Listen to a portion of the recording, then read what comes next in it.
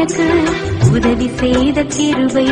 சோர்ந்து போன நேரம் என்னை தாங்கிக் கொண்ட கிருபை, ஏற்ற நேரம் எனக்கு